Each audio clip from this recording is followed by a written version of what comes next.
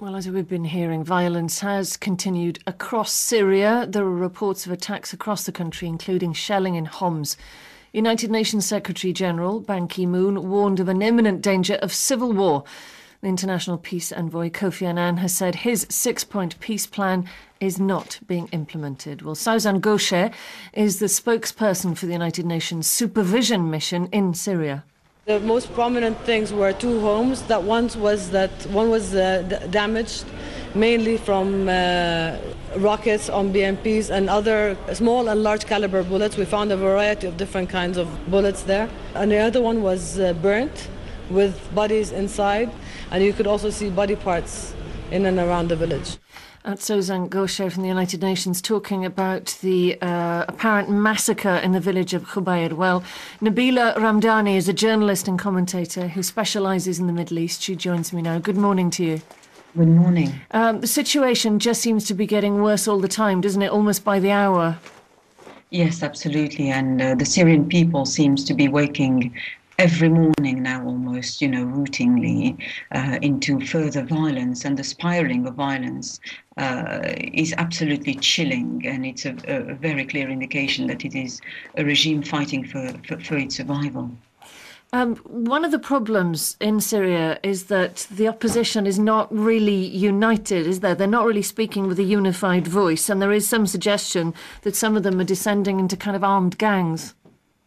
Yes, indeed, and that's one of the turns that the protest has taken in Syria.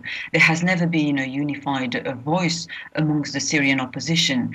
Some of it is based abroad, other groups are based within the country, and there has never been a credible alternative to the al-Assad regime, which made it difficult for the international community to suggest somebody else to take over.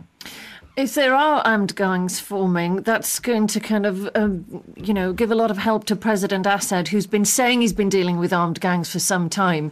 Are people now starting to believe some of the things he's saying?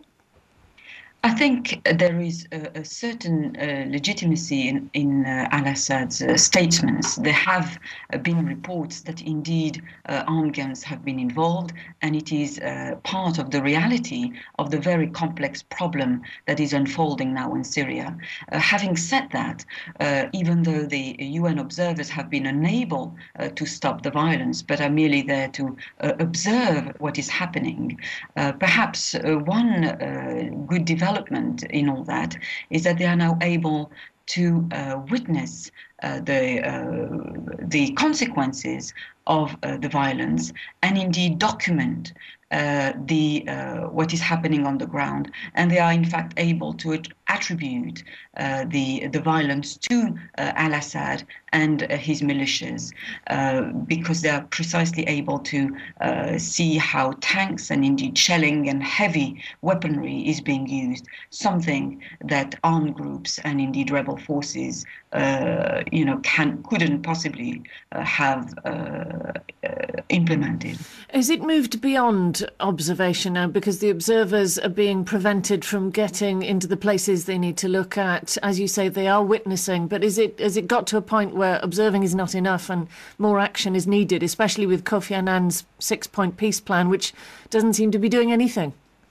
Yes, indeed. I mean, it's been a long time now since we've moved beyond the phase of observation. And Kofi Annan has admitted that his peace plan is failing when he said that other options need to be debated now.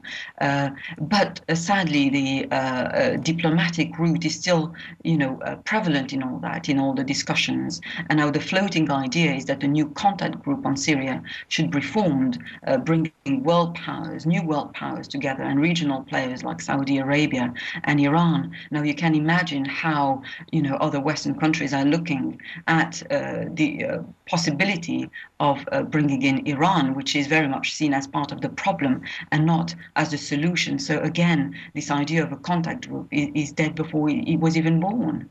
Nabila, thank you very much indeed for joining us this morning. That's Nabila Ramdani, a journalist and an expert on the Middle East.